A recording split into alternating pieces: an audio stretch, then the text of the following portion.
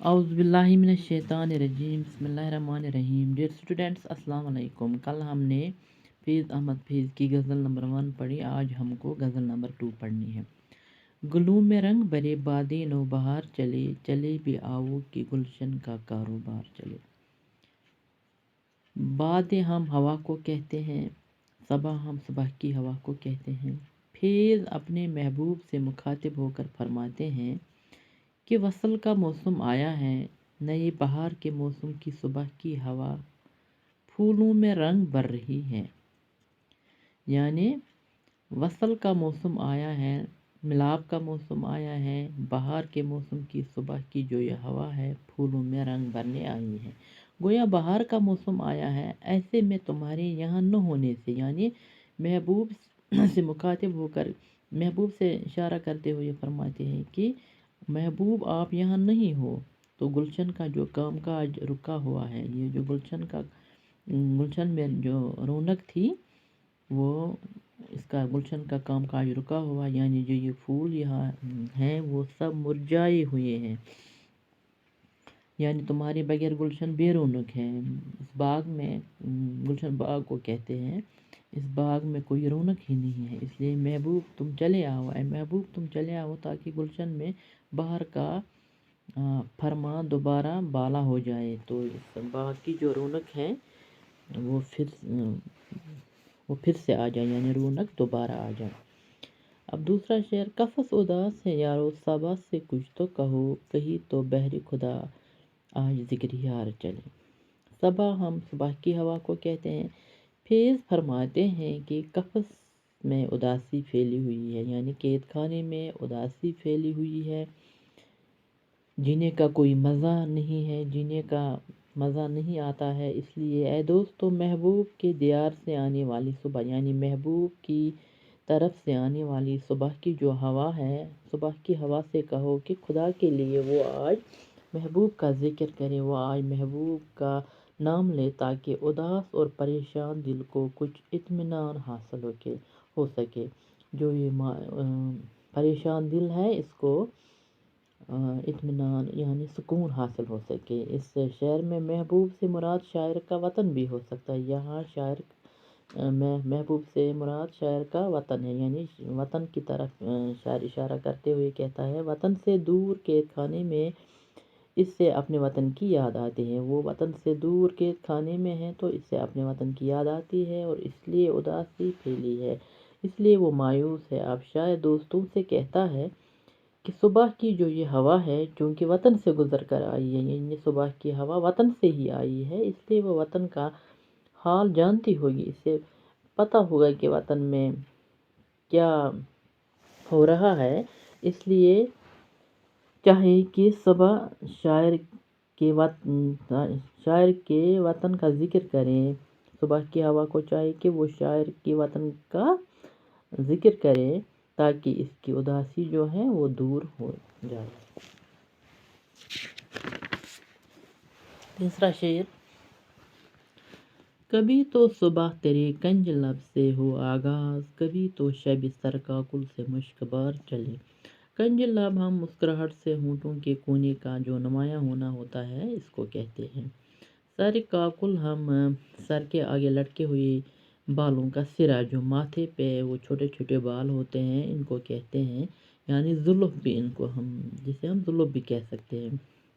شاعر شب و روز یعنی دن رات سے متعلق اپنے دل کی خواہش کا اظہار کرتے ہوئے فرماتے ہیں کہ کاش کبھی ایسا بھی ہو کہ ہماری کنج کا آغاز یعنی مسکراہٹ کا آغاز محبوب کے مسکرانے سے ہو، یعنی صبح جب آنکھ کھلے، صبح جب ہماری آنکھ کھل جائے تو سامنے محبوب مسکرا رہا ہو، سامنے کون ہونا چاہیے؟ محبوب کی مسکراہٹ، اور اس طرح رات بھر محبوب پہلو میں ہو اور رات بھر محبوب ہمارے ساتھ ہو، اس کے زلفوں کی جو خوشبو جس کو ہم سر کاکل کہتے ہیں، سر کے آگے لٹکے ہوئے بالوں کا سرا، جو اس کی وہ خوشبو ہے وہ شاعر کی رات کو مہکا دے، وہ کیا کرے؟ شاعر کی رات کو وہ مہکا دے۔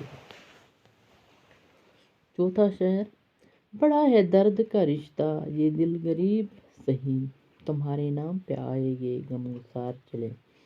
فیض فرماتے ہیں کہ محبوب اور اس کے بیچ جو درد محبت کا رشتہ ہے، جو یہ رشتہ ہے وہ معمولی رشتہ نہیں، وہ ایک معمولی رشتہ نہیں ہے بلکہ عظیم ہے، ایک بڑا رشتہ ہے۔ اس لیے محبوب کے نام پر اس کے جو غمگسار ہے فوراً چلے آئیں گے، وہ مطلب جلد ہی وہ آئیں گے۔